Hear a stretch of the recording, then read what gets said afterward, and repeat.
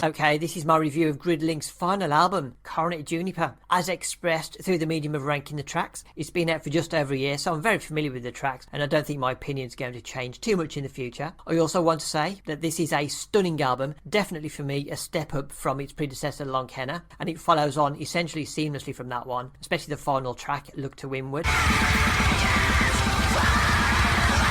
I still think Amber Grey is the band's masterpiece, but Coronet Juniper is incredibly close behind. Perhaps if you can have two masterpieces, perhaps they both are, but I think that's how I feel about it for the moment. So let's get to the tracks. There are 11 in total for 19 minutes, which is slightly shorter than Long Henna, but that's for 3 fewer tracks, so the overall experience is slightly more focused and direct. That's the feeling I get. And also to be clear that the album is outstanding and I love every track, but if I'm ranking the tracks, then of course there are going to be tracks at the bottom of the list, unfortunately. So at number 11, it's going to be The Forger's Saccade, track number 10. The reason I'm putting it down here is because of the vocals and the riff at the end of the track, which aren't like anything else on the album. I don't mind variety. In fact, Orphan had a lot of variety in the vocals especially, and I really enjoyed that one. But the combination here, I've just never fully warmed to it. And that's the reason. These are the kind of marginal decisions I'm making to put a song like this down at number 11. Then at number 10, it'll be the opening track, Silk Ash Cascade. And there are 2 reasons for this. One is, if you play the album on a loop, which I often do, then this one follows a track that we haven't got to, obviously. But compared to that particular track, it sounds relatively weak, in fact noticeably weaker. So that comparison doesn't serve Silk Ash Cascade well. And also, after the opening rush of music, it does slow down. So it hasn't quite got the same shock and awe that we might have had on Orphan or Amber Grey, for example. And it's probably not quite as emotional as Constant Autumn from Long Henna as the opener, which may be a slightly more apt comparison, which is why it's in there at number 10. Number 9 is Refrain, which is also track 9 on the album. And the way it's presented makes it feel like we're winding down. We're in the wind down phase of the album. Although there is still definitely a lot of intensity through the rest of the track. It's still a fantastic track once it gets rolling. And also, I'm not quite as fond of the way the track actually finishes with that kind of juddery ending. So that's the rationale for putting Refrain in at number 9. Number 8 is Nickel Grass Mosaic. Now, on the positive side, this is one of the most distinctive tracks on the album. It's actually quite catchy in the verse and the chorus. So when the album's new, this is one that if it got dropped into the middle of a song, this is one that you'd recognise quite quickly.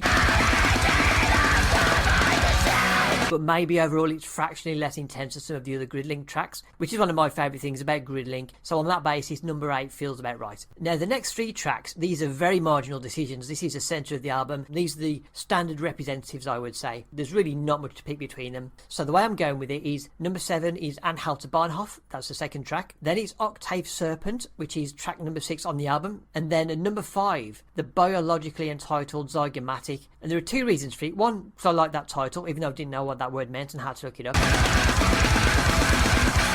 But Zygomatic also had to really work for it because I think it gets kind of lost at the end of the album when the album's still new. It takes a while, or it took me a while, to really identify and catch what a fantastic song is. And it's really got a lot of energy in the second half. So that's why I'm putting it fractionally above the other 2. Octave Serpent, it just feels right to say that's the centre of the album, the median track. I don't want to say average because there's nothing average about Gridlink, but it does go in there as number 6.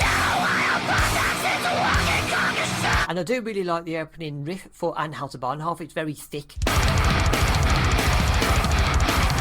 So there is a lot to enjoy in these 2 tracks. I couldn't find a reason to mark any of them into the lower half of the second half of the list. So that's 5, 6 and 7, or 7, 6 and 5. Then at number 4, it's Ocean Vertigo, which is just about the longest track on the album at almost 3 minutes, a full 3 minutes. And because of that, it feels like an event. It immediately feels like an event. The music's slightly less intense than some of the other tracks, but there's still a lot of drama and emotion in the vocals. It is a proper standout track and definitely belongs in the highlights section of the list, number 4.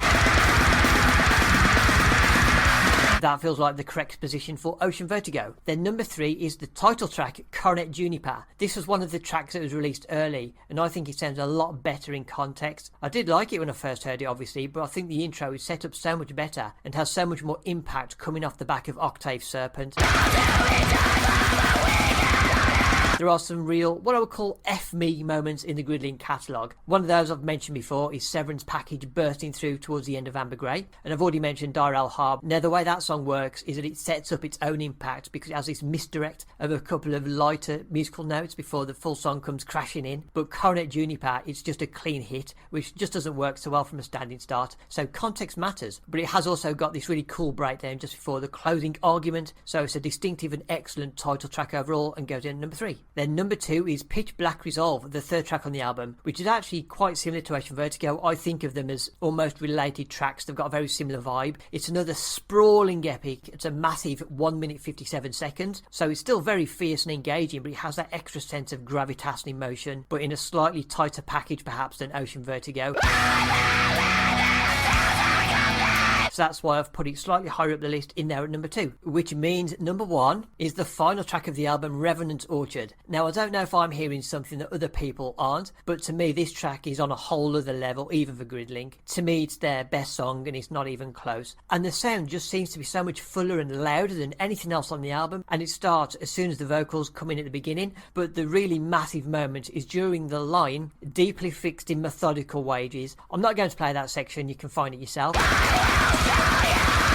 But the whole sound and the vocals sound like they're filling the whole world. It's just an incredible moment, and it carries on that feeling for the whole verse. And then as soon as you're done with that one, it comes back and repeats the same verse but with different lyrics. So it's exactly the same overwhelming experience, but the deeply fixed in methodical wages line is changed into deeply fixed in annihilation. And that word annihilation doesn't flow quite with as much momentum as methodical wages, that variation. So it's very nuanced, but that first time round is genuinely spectacular. So it's the intro and those two verses that I really wanted to highlight, but the whole track is special. That's my feeling. You can find intensity in other grind bands and other metal songs generally, but there's just something going on in that song, more so than even in other Gridlink songs that take it to another level. And that's the beauty of art, I guess, finding something that moves you in that way.